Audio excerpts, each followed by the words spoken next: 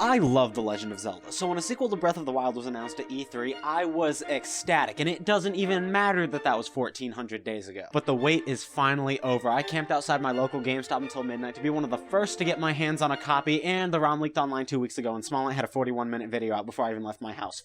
Fuck! So despite horrifically losing the content race to be the first person to get a video out, I booted up the game so that I could quickly and poorly craft a first impressions video. Also, if you ever want to sneak peek at future videos, this was all recorded live here on YouTube. And before I keep going, just like a quick spoiler warning, I played the game for about 3 hours because that's all I had time for, so there will be spoilers for the game's tutorial. Upon starting up the game, it immediately differentiates itself from Breath of the Wild because you start the game with the stats of a Greek demigod as opposed to those of a below average toddler. We're going back up. Calamity Ganon, fight me. I can sprint forever. Oh, you fucking bitch. You and Zelda are exploring ancient ruins beneath the castle made by the Zonai. Also, Zelda seems oddly worried when you get attacked by 3 keys. My sword does 60 damage. Fuck you. Oh, fade to black cutscene. You are not hurt, are you, Link? You've watched me butcher waves of Lynels. That was 3 keys. Lore, whatever, McCree from Overwatch shatters the Master Sword, Link becomes a burn victim, and Zelda fucking dies. And with that, Link gets a Winter Soldier arm and his Shrine of Resurrection moment. Which does bring me to my first complaint about the game. The first 30-ish minutes are beat for beat Breath of the Wild. From the old man to the shrines, it just felt like more Breath of the Wild, which upset me. Even the first ability you get, Ultra Hand, just feels like a slightly more useful Magnesis at first. But all of that was immediately swept away after I got the second ability, Fuse. This was when the game started to pull away from Breath of the Wild for me, because I could immediately see the potential that this ability had. That's so fucking cool. Breath of the Wild already encouraged the player to collect basically everything they see with the food mechanic, but this takes it to a whole new level. It's essentially just a basic crafting system, but it doesn't feel like that because of how thorough, seamless, and engaging it is. So I made an axe out of that? That's so fucking sick. For example, they brought back the bomb flower, which is fucking perfect for this mechanic. Bomb flowers are back! And the moment that really solidified this game as Breath of the Wild 2 for me was this.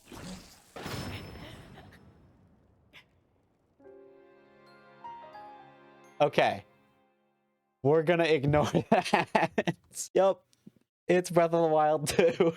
But like, that's a flame emitter shield. This is the coolest fucking game on the planet. It was also around this point that I stopped being annoyed by these Zonai constructs and started to actually wonder what they were doing and how the world worked.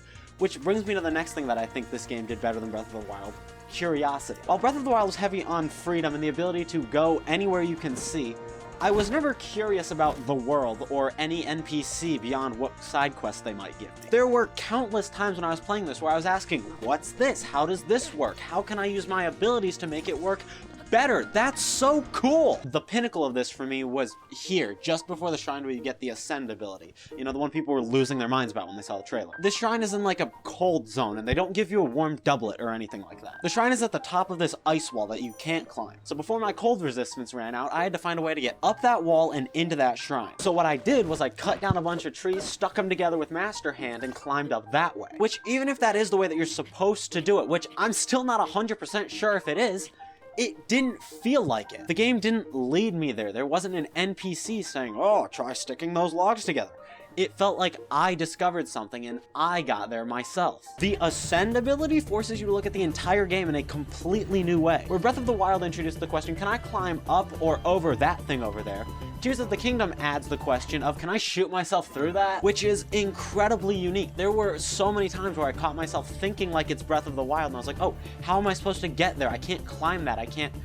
And then I remembered, oh yeah, this is Tears of the Kingdom. Dude, having to think about the fact that I can just like go up here is so weird. Like having to think about that puzzle-wise is messed up for me. And the final ability you get from this area is Recall, which allows you to reverse an object's movements, which is the least effectively showcased ability in the tutorial in my opinion. You basically just use it to reverse a bunch of gears. But the coolest part about the tutorial is the fact that the 4th shrine is back in the place where you woke up. These gears are here the whole time. You just get to go back and use them now. It's classic Metroidvania logic. Finally, you get your 4th heart from God. Ranbu, or whatever the fuck his name is, leaves, thank God. You get a really confusing cutscene with Zelda, and then you plummet down to Hyrule beneath. And this is exactly as far as I've gotten. Tears of the Kingdom so far is amazing. It gives the player a greater sense of freedom and creativity than Breath of the Wild in ways that I never thought possible. I honestly can't wait to keep playing playing it, and that's the first time I've said that about a game in a long time. Not counting Pokemon Pinball.